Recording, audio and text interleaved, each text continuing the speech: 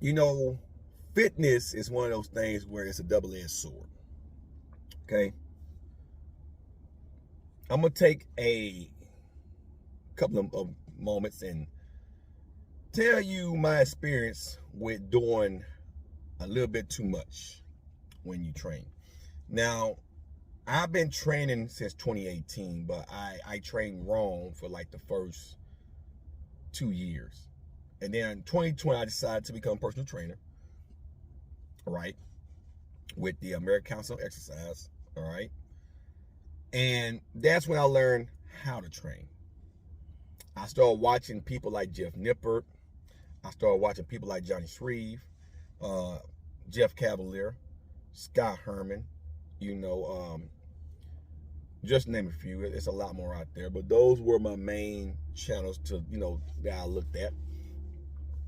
And I realized that I was doing a lot of shit wrong. Trying to go for fast reps. And every now and then I still do go for fast reps, just for hypertrophy reasons. But instead of taking my time and working the actual muscle, I would try to lift weights real quick. Because I would watch people like Russ Swole and all the power lifters of the world, like, Big Boy, even Cali Muscle. Oh yeah, and shout out to Beast Mode John. I watch this channel a lot too, and Mark Lovelock. But I would rush a lot of weight. I would try to just fast reps, and not take my time on the eccentric, and try to work on building muscle. My physique, however, started changing because I started to do a lot more cardio. Now, as you can see, I'm holding on to a little bit more weight. That's because I'm just getting back into training. You guys know I hurt myself here towards the end of August. So most of September, I didn't do too much. Mainly just sat around, ate, and did light work around the house. So I know I look like I done gained a couple pounds, and I have. But trust me, you guys know I'm back in the gym. I'm back training. It's going to take time. But next month, I'm going to get real tight because I'm going to up the cardio again and cut the carbs out of my diet a little bit, just to 1 serving of carbs a day, and up my intake of protein meat as I try to lean out towards my birthday. But back to what I was getting at with overtraining. I watched CT Flexure. Shout out to CT Flexure. Training and then trying to train to failure, not sticking with a program, just going with the motion, right? My physique started changing because I had to adapt. But my problem was I would do too much. As a natural, you don't have to do all those sets and reps and all that shit, and try to do 20 sets per muscle group a week, even if you break them up. Elite lifters and people that's been training for 10 or 15 years, they can get away with that because of the adaptation. But I know for me, I've been realizing that less is best for me. So I've been sticking to around 7 to 10 sets per body part per week, and really emphasizing rest days. And now when I rest, I just don't lay around the bed. I do active recovery.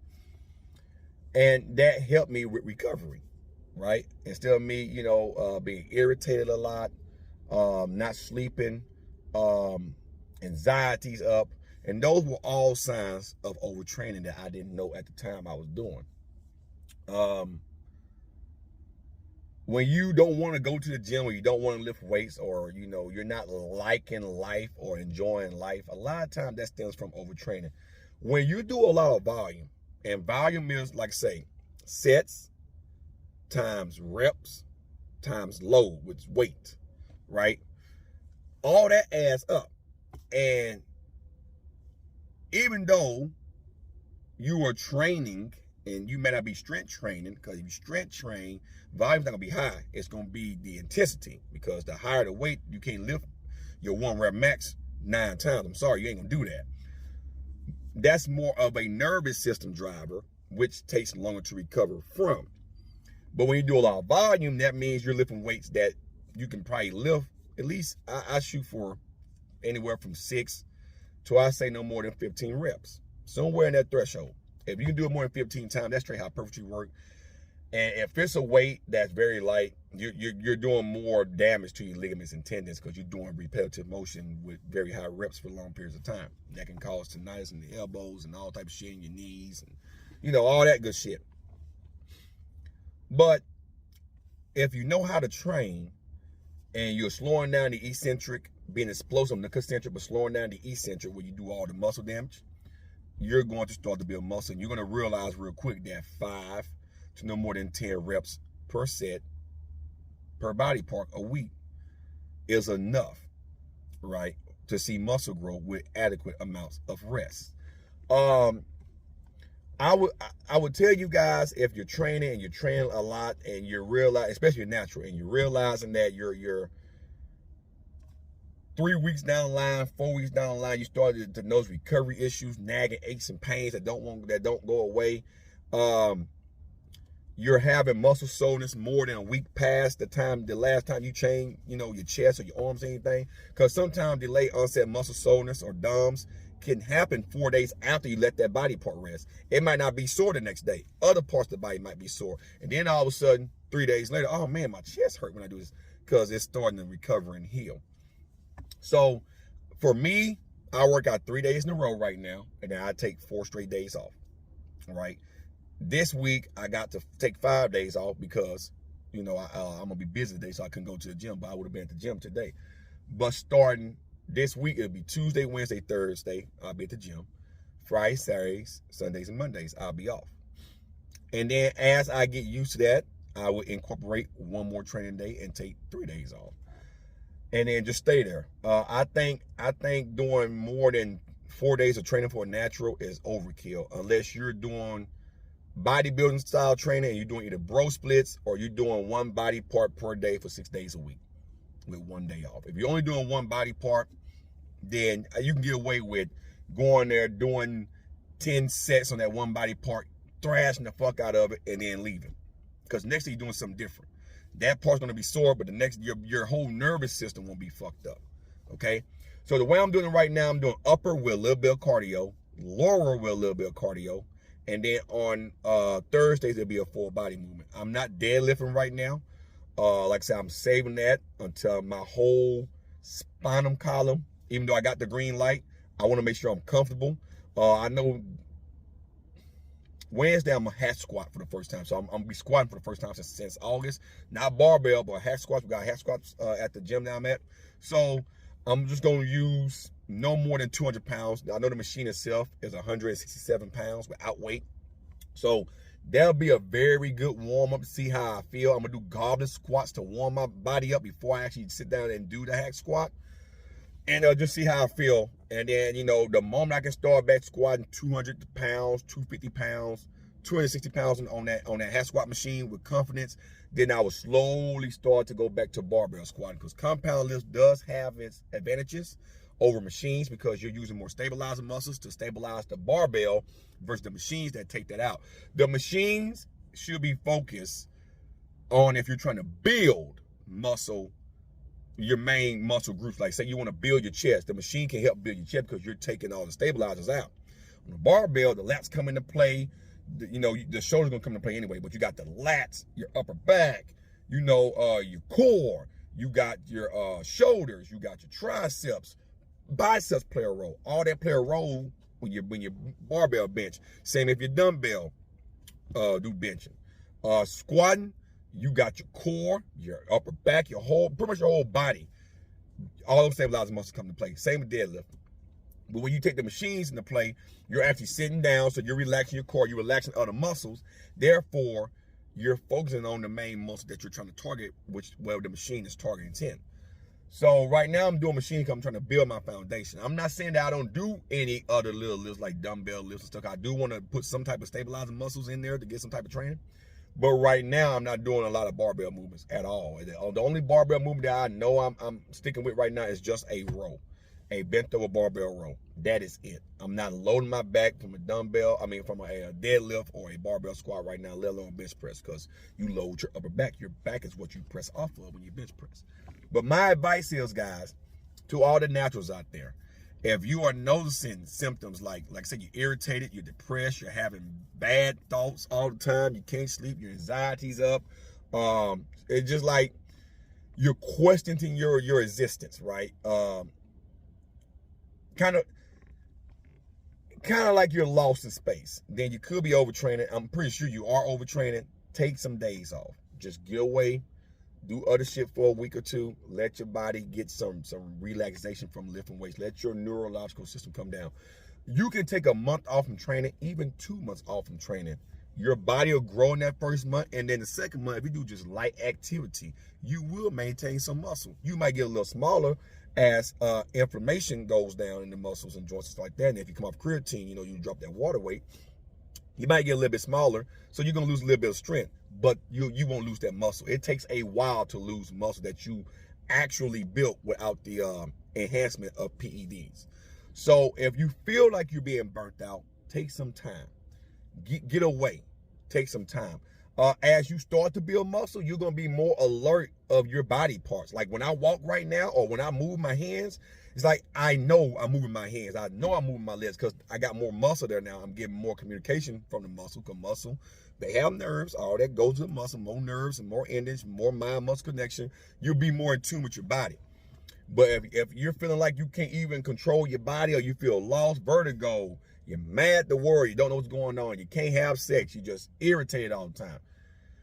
A lot of times for naturals, that is a telltale sign of overtraining too. At least this is known as burnt out syndrome. You're just burnt out. Like the Simone Biles and the Calvin Ridleys. I'm air quoting Calvin Ridley.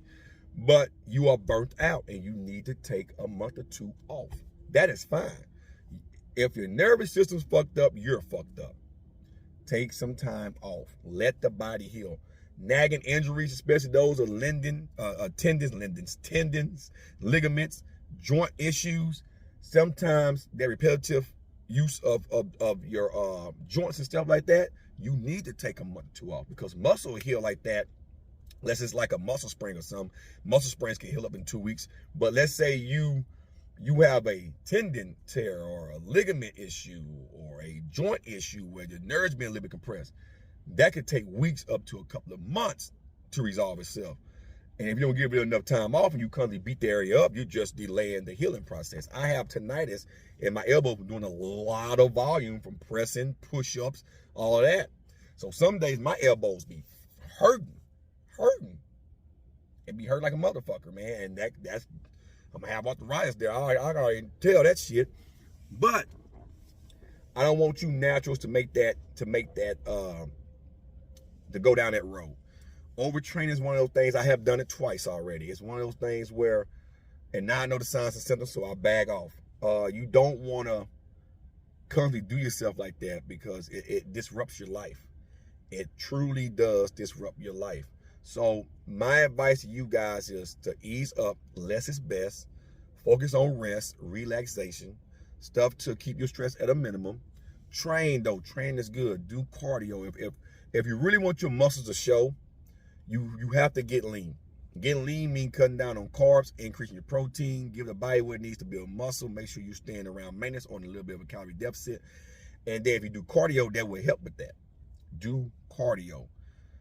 There's going to be a couple of weeks coming up where I just do nothing but cardio. I'm just going to do cardio. Whether that be ride a bike, walk, hike, I'm going to do 2 hours of cardio. And that's coming up in November. Probably the week before my birthday, or 2 weeks prior to my birthday, it's going to be nothing but cardio.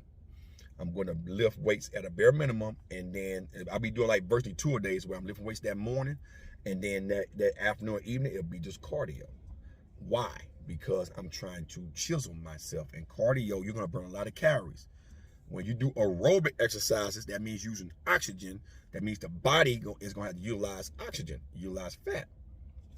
So when you're moving like that constantly, and the heart rate is constantly beating, and the VO2 area, VO3 area, right? And it's constantly going like this here, you're going to burn a lot more calories. Anaerobic lifting weights is without oxygen. You're using muscle, ATP, and then seeing triphosphate for energy. The sugar, the glucose in your muscles, or glycogen stores in your muscles, right? That's energy. triceps, all that. That is anaerobic.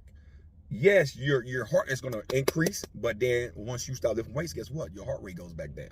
So you're not going to burn that many calories. But they go hand in hand. The more you train your heart, the more efficient it'll be at lifting weights. The more type 1 fibers you train, which is endurance fibers, the more it affects when you're trying to do endurance type training with weights, right? Because a lot of times when you're training more type 2 fiber, which is fast twitch, those are explosive fibers. So you want to train all types of fibers. So do cardio. Cardio is king when you're trying to lose weight and get in shape. So that's my advice, guys. I just want to talk about overtraining, my experiences, how I've been dealing with it, stress, relaxation, just getting away from the gym. Bruce Lee said it himself, get away, rest. Go do shit that you enjoy. Like, because if you don't, and all you do is dedicate your life to the gym, you're going to get burnt out. You're not going to want to do it. And then eventually you'll give up on it. When you're stressed out, the body doesn't recover, it doesn't build. When you're always in a stressed out state, the body has a hard time growing and adapting. So your progress will stall, and then that can become discouraging, and then you ain't gonna want to do it anymore, and then you'll just go back to being a fat slob. So take time off. Rest is very important. If you are enhanced, you can get away with training 5-6 days a week because you're getting the juice. Naturals, when they train, they need time for hormones to get back to normal. They need that time. They need that rest. Testosterone takes a hit. When you're constantly doing this here, you can go like that. Remember, guys, when you're natural, you can't do what the enhanced people do. You need to take some time off. Take some time off. So that'll be my advice, guys. Hope you guys enjoy. I gave you guys videos today. I'm done. I am done for the week. I got stuff I got to do this week. So I'm dropping 150 video on how to drive a stick shift, right? On my 50 boosted stick shift. So we're going to do that this week. And I got a live stream as of right now planned for Friday. It's going to be open mic. Going to have a lot of fun. But other than that, guys, hope you guys enjoy. Stay safe. Stay motivated this week. Despite what's going on in the world, just stay motivated. Keep a positive mind. Stay strong. Strong-minded here. And just do things to better yourself. Because the world, as we know it, is changing. And we need strong men and women out there that's not afraid to stand up for themselves and to say what's on their mind and believe what's right instead of being cowards, pussies, and bitches. That's just because that's what we are. That's what the world is becoming now. And I can't stress enough that it's time for people to wake up and just be Americans, be humans again. Just don't be afraid to say what's on your mind and stand firm in your beliefs. So that'll be my advice for the week. Hope you all enjoy. Until I see you all again on live stream, you guys stay safe, and I'm out, guys. Peace.